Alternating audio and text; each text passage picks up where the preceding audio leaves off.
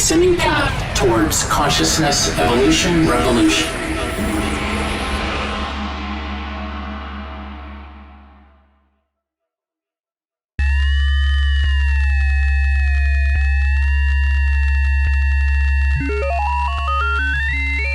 Frequencies and how to apply them to the practice I came across. So essentially, the idea of frequency, there's the physics portion, engineering, which has to do with different sounds, let's say, or mechanical vibration. And in that case, like let's say sounds, there's cycles per second, different pitches, different energy waveforms.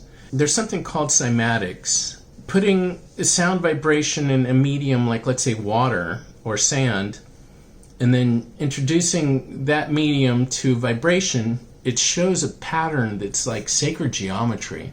It's revealing itself. The nature of the order in the universe is revealing itself to you by way of the images that it creates, the patterns it creates. So it's an expression of order that exists within the universe. It's really somewhat even, to me, that's kind of like magic. It's so beautiful. There's this, like I said, there's the science part, and then there's the human, what are these people that, tap into this energy? What are they referring to when talking about frequency? I'm going to give you my own insights, my own experience, my own take on it. So it's going to be unique. You can assess it on your own, and here we go. So now, in the last video, I explained a lot of stuff about needing to work out a couple hours, super important, to reach a state of hyper-focus awareness, where you're able to stay honed in on an idea, and it's super important to do that in order to collapse the potential waves that exist in the universe. In other words, your mind, your thoughts emit electrical energy. We know this. You could put an EEG, electroencephalogram, on your, little electrodes on your head, and they can measure electrical activity. What's a trip is, when you have a thought, there are electrical components and magnetic components and spins and all that. So thoughts aren't just in your brain, believe it or not. What's a trip is, you see historical paintings of, like, let's say some enlightened people where they have this, glow around their head. Well, what's interesting is that when you learn about how EEG works, you realize the electrical patterns that happen in neurons, it creates a magnetic spin that actually exits your brain. So there's actually electrical activity, and that's what they measure with EEGs, that go outside of your head. I didn't cover something in the first video as far as we have our own frequencies. Everyone, I believe, when the egg is first penetrated by the sperm, you're giving a certain identity. Your first snapshot of the universe is I believe, then. So it's not like when you're born. I believe we're so sensitized during that moment. The younger you are, the more hyper aware your nervous system is. It's like, an example is like, let's say a kid looking out a window, and then a bird goes on the sill, and they would be like really excited, like, oh my God, check out that bird. And like, it's an adult, you'd be like, oh, it's cool, but you're not as excited as a kid. Their nervous system is more hyper excitable. And over time, through plasticity, through just experience the stuff, you kind of get bored of everything.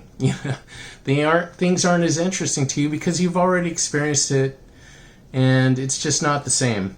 So I believe that goes all the way back to when you're first created. The first moment that the egg is penetrated by the sperm, and bam, that's the first snapshot you have of the whole universe. You get your resonant frequency. That's who you are. So we're so sensitized, I believe, that you do sense the position of all the planets in the universe because you're super sensitive to that. So just like the moon has effects on the waves on this planet, we're mostly water, so it's going to have an effect on us. Even though we don't, some people might be more sensitive to it. I don't know. Everyone has different senses. So, but the point is, there is an effect. And so I believe we're so sensitized we could actually feel the position of the planet. Now, the whole point is, I believe we're each given our own frequency during that time. And the closer you are to your own frequency, your own expression, the more comfortable you are. In other words, if you're not close to your frequency, and let's give you a number, 97.3. Let's say you're a rock station, okay? And I'll use this example a little bit later.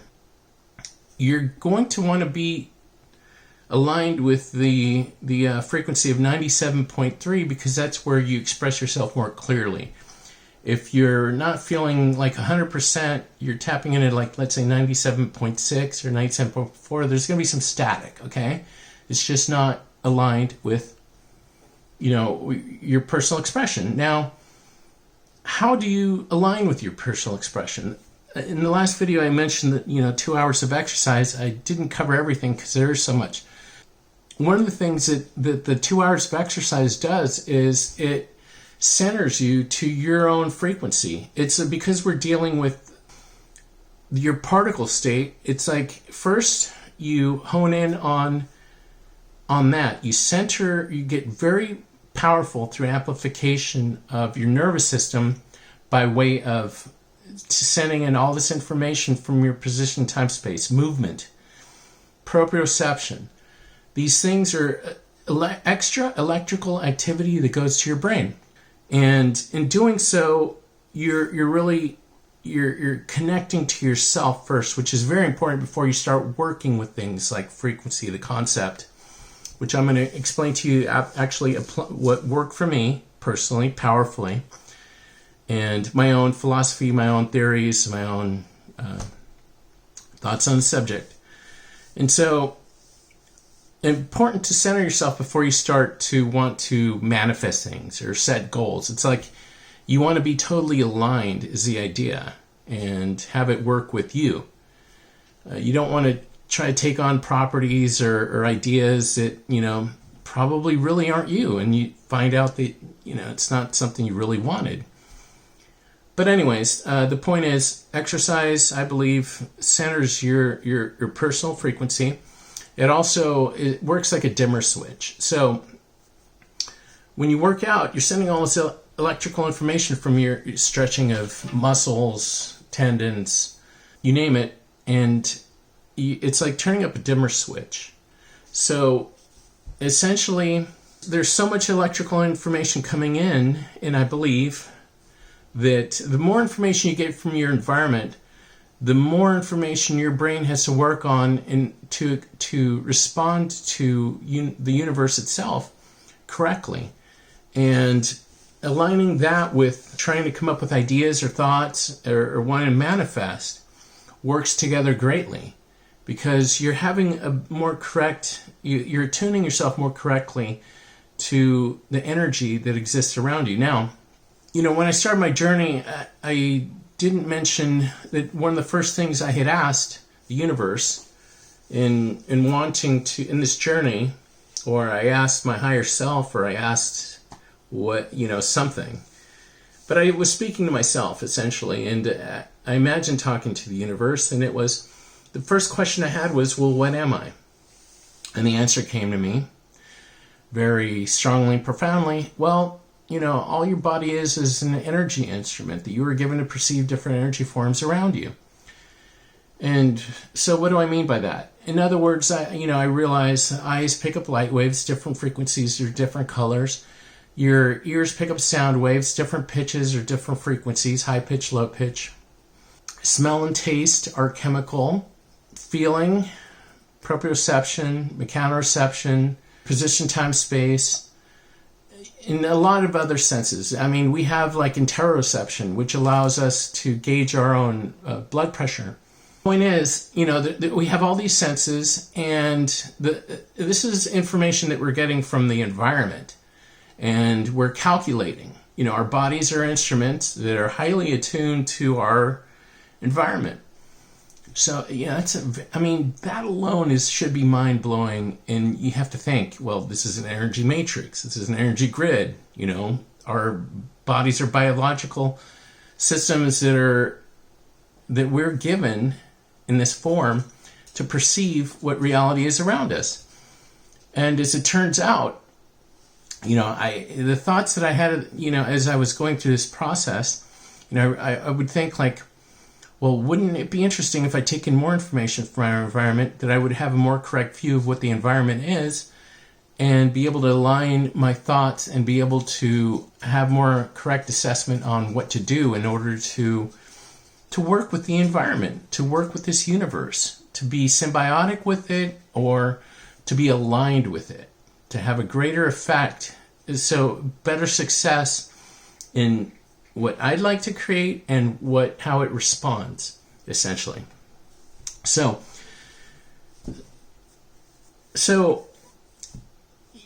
you work out, you build up. Also, we're like radio station antennas. Going back to that, your mind works like that. And so all this energy that you're sending in, electrical energy from your body up to your brain, there's a part of the brain, brainstem. It's one of the first parts of the brain you developed, supposedly. There's brainstem, midbrain, cortex, and then neocortex, where you do higher process thinking, advanced mathematics, future planning, that kind of stuff. But you go back to the brainstem, what's its function? So if it's one of the first parts of the brain that you develop, chances are it's super important for survival. And as it turns out, it's a very primal part of the brain. And that's the area that the easiest way to describe it is it's responsible for kill it or fuck it. So you kill it in order to eat it or defend yourself, fuck it to reproduce. The most basic of biological, functions. But what's interesting is there's also a part of the brain called the reticular activating system. So the reticular activating system, responsible for brainstem, responsible for focus, awareness, arousal, consciousness, and these are all mind things, right? Those are all important things in order for you to have your interest piqued in whatever it is that you're trying to focus on. And so one of the key insights I had was I had a friend that was going through a neurology program while I was going to school, and this was an extra sort of curricular seminar program through a gentleman named Frederick Carrick. And I would hear him and like a couple other people that were taking this program. They seemed very passionate, excited about, what they were learning. So I thought, well, I'm going to take the time to ask them, I took one of my friends aside and I said, what is it that you, tell me the coolest thing that you've learned from doing this program. And he brings up this part of the brain called the reticular activating system. And I thought, well, that's, interesting. He goes, it's responsible for focus, awareness, arousal, consciousness. And the other things that it's responsible for is determining hierarchy of importance of what's around you. It's super important because this is what allows you to determine what to pay attention to as far as survival. Like, let's say if a pit bull or a tiger show up all of a sudden while I'm recording this video, I'm going to pay attention to that versus making this video because it's important for me to survive. Or if there's a fire, basically, you realize, well, this is a situation where my life is in danger and it's more important than other things. So really important for survival. And so you also, the insight was that he starts to tell me that it's also responsible for anti-gravity muscles. And immediately, being a good pattern recognitionist, I'm patting myself on the back here, I'm like, well, that's interesting. He went from things that are mind, focus, awareness, arousal, consciousness, to a motor component or a mechanical component, which is muscles. Okay, and I thought, well, that's kind of trippy. And essentially responsible for extensor muscles. Now, I omitted in the first video when talking about working with particle state or the physical state, 2 hours just to focus the mind before hitting flow state, that I had a conversation with the universe, and like I said, the first thing that I thought was, well, what am I? You know, before I start to want to connect to higher energy, whatever, it's like, start trying to figure out, well, you know, what is this about first? You know, let's just kind of break it down very simply. And the answer was, you know, all I am is an energy instrument, different energy forms around you. And so I asked again, though, because I thought I'd like it to be more simpler than that even. Because there's like a quote that says, the closer you are to truth, the more easy it is to explain. And so I asked the universe again, I said, what am I? And the answer came back to me, all you are is mass, the most basic fundamental level. And so I was thinking, well, you know, what do you learn in physics about mass? And that is that it has an integral property associated to it, possibly for all time space. And that is that it's integrated with gravity. The bigger the mass, the greater the gravitational effect it has. For example, the Earth is big enough to hold the moon in orbit, and the moon's big enough to cause waves to have different patterns. So it can move the body of water. And then the sun is big enough to hold the planet Earth and other planets and the moon. So the bigger the mass, the more the gravitational pull. But in realizing that, I realized that, you know, whoa, could it be as simple as information or you having a greater connection to reality itself by way of gravity? And so how do you do that? It's like movement. So when you're moving, like let's say you're running, you automatically balance your extensor muscles with your flexor muscles in order to be able to not fall, essentially. Or the way you're holding yourself now. What's amazing is this is we don't even really think about gravity or sense it. It's so automatic. We're so hardwired to it.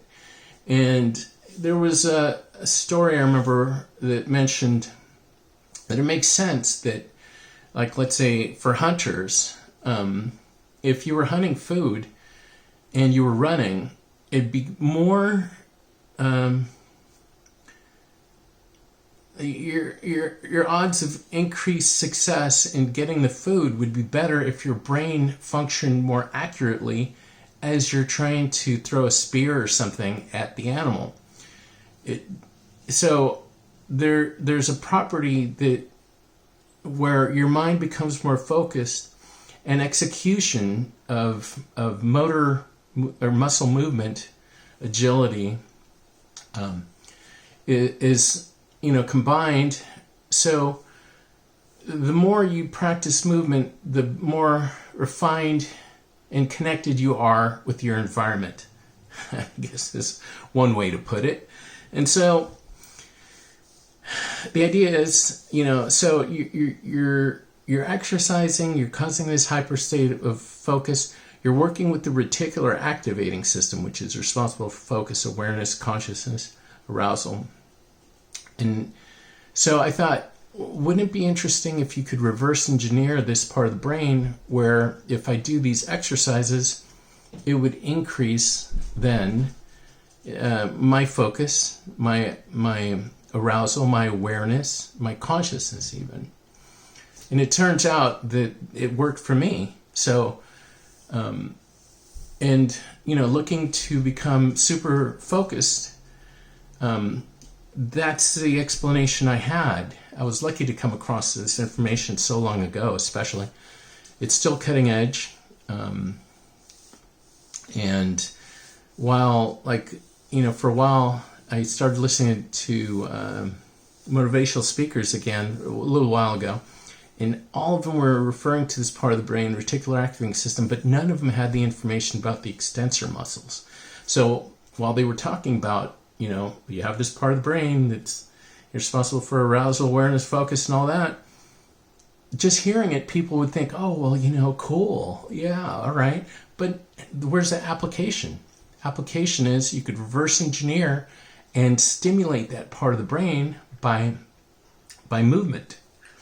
And so it's also responsible for other things, which is usually what they cover, which is pattern recognition. In other words, if you need to find your keys, it helps you hone in on keys. It's a filter of information. So if you're looking for keys, it kind of filters out other stuff, so you kind of ignore it, and you're looking for the pattern shape of keys. It makes you more successful in that endeavor. Or if you think about red sport cars, and you start noticing a lot more of those in your environment. So this is the part of the brain that you use in order to goal set. You set your mind to hone in on that, and you're more successful. This is the part of the brain that you're working with it. So that's why the insight of movement tied to this, making it more hyper functional in essence, is good to know. And the reason behind, another reason behind all the workout that's necessary for the first 2 hours. So back to this frequency thing, after centering yourself, after amplifying your body and working like a radio station antenna, the third hour you start to flow. Now you're setting essentially your frequency to want to attract what it is that you want. Now, how do you do that? Where's the application? This is the application. The visualization process that I used, or the chain of manifesting, started with breath. Now, you go from the particle state, which is just working with your physical environment, to relaxing, releasing, and now you're working with wave state. Super hyper-focused mind. So essentially the idea is, after you're empowering your radio station, your mind, by creating all this electrical energy that's coming into your body that allows you to have a greater radius of effect. Like, for example, the higher a radio station has more power, the further away your car can pick up on that radio frequency. So obviously now we have satellites and everyone gets different services. So it's kind of different. But the idea is, kind of dating myself, I guess, but whatever anyway. The point is, let's say if you're in San Francisco and you're listening to your favorite rock station, you're tuned in 97.3, and you're driving towards Sacramento, at a certain distance, you're going to start not picking up the signal as much. Now, the idea is that the working out centers you to your own frequency, empowers you to emit further, so you have a greater effect in the quantum world. Okay, now we're dealing with the quantum world. Initially it was a physical world, making yourself very present, saying, I am here, present in this realm, to now I'm going to start flowing. And so the chain of events for visualization that worked for me powerfully is, and I never heard this from anyone else, using your breath to take. Okay, so you have to use your imagination too. Imagine, image. So you're so focused, you create an image of what you want to attract. And with that is a feeling, or a resonance, or a frequency. That's how, there's a science one, cycles per second, and then there's a human sort of theory that we're working with. And I'm going to try to materialize that for you so that you could actually, it's not just out there, and tap into this frequency. How do you do that? No one's ever explained it except for me. So anyways, you use your breath, and and the process is, there's a power position that I found where you put your hands up in the air. You're looking with your third eye towards the lines of gravity, is what I imagine.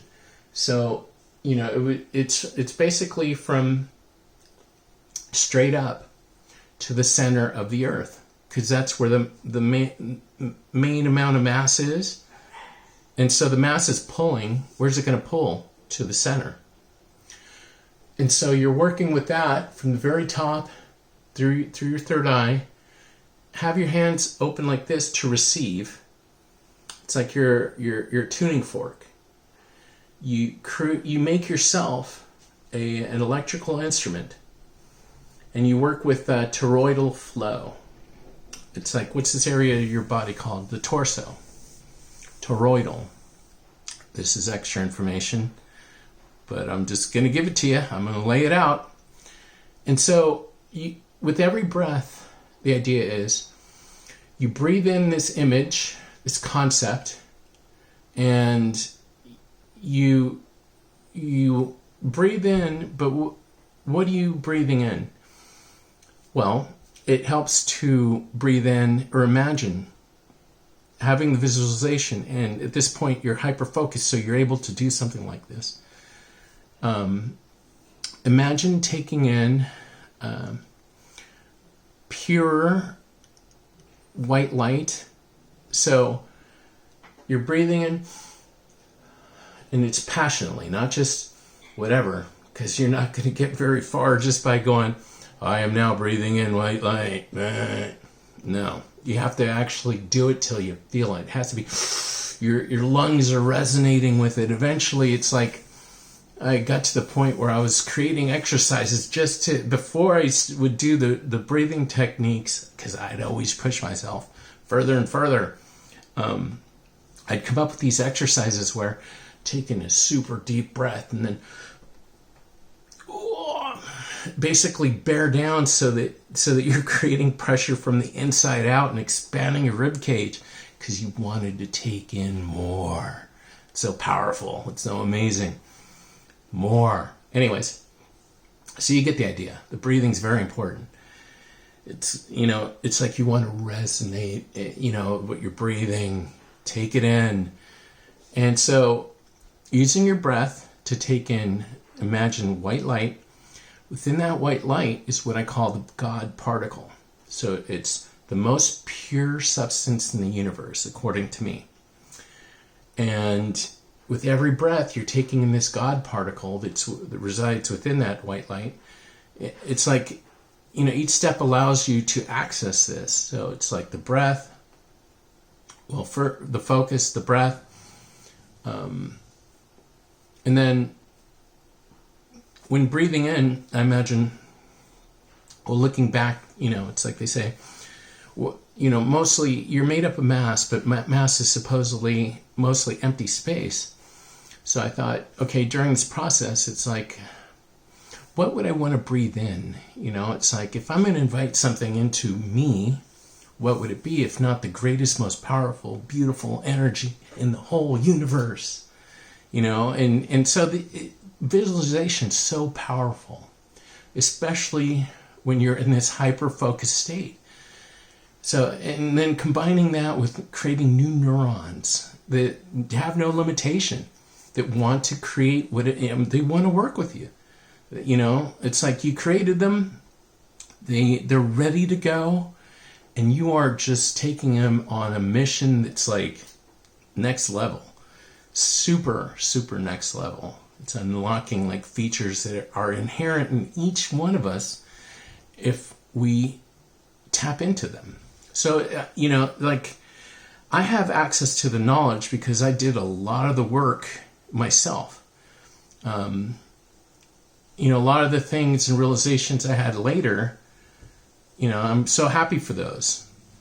Like, figuring, what was I working with? How did I become so powerful that I would have such a great effect on the environment when I chose to do so?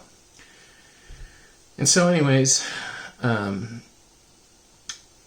when you imagine taking in this, frequency, eventually you could then, it's like, so you invite it into the vast amount of empty space that's within your atoms, and then exhale anything else that doesn't serve you.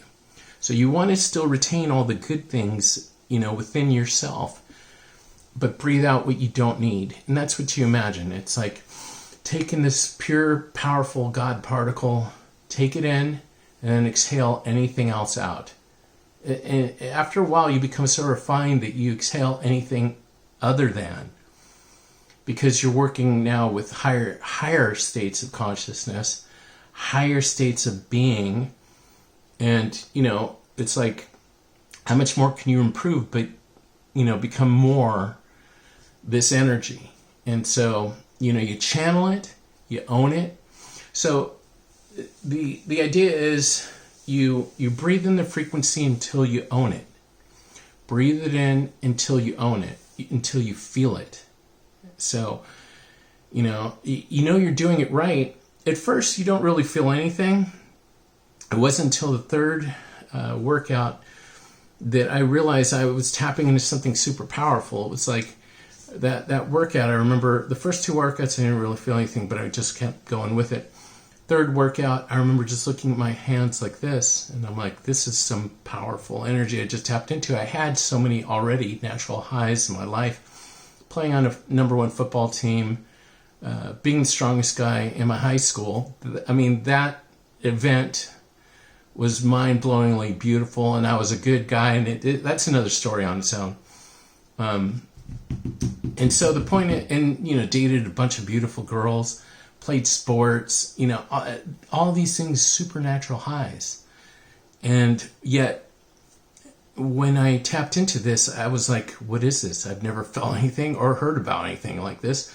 I remember looking at my arms and the hair, the little pili that moved the little hair muscles. I could just see that it's like the hairs were just standing on my arms. Not only that, but on the back of my neck. That's when I was like, dude, what did you just tap into? What is this? And so the first thought I had was, wow, I feel like I can do anything. And then the second thought I had was, I really do feel like I can do anything. And then the third thought was, well, test it out then, Let's prove your theory. You can do anything. The first thought I had was, well, fly. And I thought, dude, chill out. It's like I start off with mass and gravity and physics and, flying, please. It's not possible. So I thought, well, what would be the most unbelievable thing that I could possibly do? So it wasn't really something that I wanted or needed to do, but I thought, what's the most impossible thing to do? And I thought, well, become younger. What's interesting is I was only 22, 23. There was no real need to become younger. But I just went with it. And after 3 workouts I guess I'll explain an example, I guess, of tapping into frequency. I want to tap in the frequency of youth. So how did that go? And I need to tap into that again because I've gotten older, a lot older since then. So that process was, first I thought, well, what is being young? And I thought, well, what's interesting is when you're young, your nervous system is more impressionable. And so I don't know if I mentioned it already, but I'll mention it again, I guess. If you're a kid, a bird comes flying in onto a windowsill, you're like very excited. And as an adult, it's not as excited because you kind of just seen more stuff. It's the idea. But their nervous system is more impressionable. So the environment has a greater effect on them. They have a greater response. It's because as you get older, you develop plasticity and things are just kind of more rigid and, whatever. So I thought, okay, well, I'm going to make myself more impressionable in that sense. And then also, you're not as protected from, you don't protect yourself as much as a kid from things like, the first time you get your heart broken, for example. That's a big lesson for everybody. What ends up happening? It's like, oh, you were vulnerable. And then your freaking heart is crushed, right? So what do? Your protective mechanism is, I'm not going to allow myself to be put in that situation again. But what ends up happening is you're closing yourself off to this potential energy. Could be possibly big and beautiful. So I realized that, okay, well, I'm going to have to make myself more vulnerable again. And, what else? More pure. And the scariest part is becoming more vulnerable. Because, you're saying, oh, I trust the universe with my feelings. And that's a very hard exercise to do and get through. So I would breathe this in. I would breathe in the purity. And, I would breathe in the youth, essentially. And after 3 days, what was interesting was, and you do it, so it's like you feel it passionately. You're resonating it. All of your cells change. And let me give you an example. The universe would always send me someone. This is what's trippy, because I asked for that. I asked for validation, and luckily the universe worked with me on this. And that was, I was in chiropractic school at the time. It was right before class, and it was 3 days into doing these exercises of breathing, opening up my heart. You see, you breathe in so passionately that, it's like I said, I would do these exercises, expand my lung capacity even, but it's so profound that you're doing these breaths and passionately that you're resonating it, right? And I imagined even at some point I was like, am I actually massaging my heart? Breaking up connective tissue to make it more, just less static, less stuck, and opening it up again. Anyways, that's just a concept. I believe that what I was doing. But the idea is you're doing it so strongly that it's kind of a workout. So after 3 days, I'm standing in class right before class, and I felt at the time literally like I was glowing. You use the term glowing as far as they were glowing, whatever. I actually felt that. I felt like every one of my cells was so alive. And I see this guy come in the front door. It was another student. And he makes a beeline right towards me. And he goes, Art, you're getting younger every single day. And I turn to him and I go, I know. And because I am an information seeker, I didn't want to manifest that to become younger necessarily. It's because I wanted to see if I could do it. It's like I tapped into this energy that felt like I can do anything. And I was testing, that theory with something that is as unbelievable as becoming younger. So what was interesting was that should have been like completely mind-blowing. But it wasn't until my third manifestation that my mind was blown. And I'll save that for another video. But so back to the frequency thing, I want to reiterate. It's the third hour. It's when you start to flow, working with focused mind, which helps collapse the potential waves that exist in this energy matrix. So it becomes from thought to actual material manifestation, and having your mind amplified, tapping into the right frequency, so on and so forth. So I think I'm going to leave it at that for now. And like I said, if you have any questions, please, I'm an open book. Feel free to put it in the comments. If you need me to explain something with further, refined information, or, if you feel like I didn't explain something or it's too vague, or you'd like to know something, it doesn't, if you have questions, please feel free to ask them in the comments, and I'll respond to you, because I'm dedicating myself to sharing this information, because I know it's necessary in this world today. We need to actually execute and function at a higher level for what's necessary. This world is changing very quickly. We need to center ourselves. We need to empower ourselves individually. And eventually, hopefully, it just spreads, and it's something that becomes super beautiful for everyone. I love you. Please hit like, subscribe if you already haven't, and most importantly, share. Until the next time, bye-bye.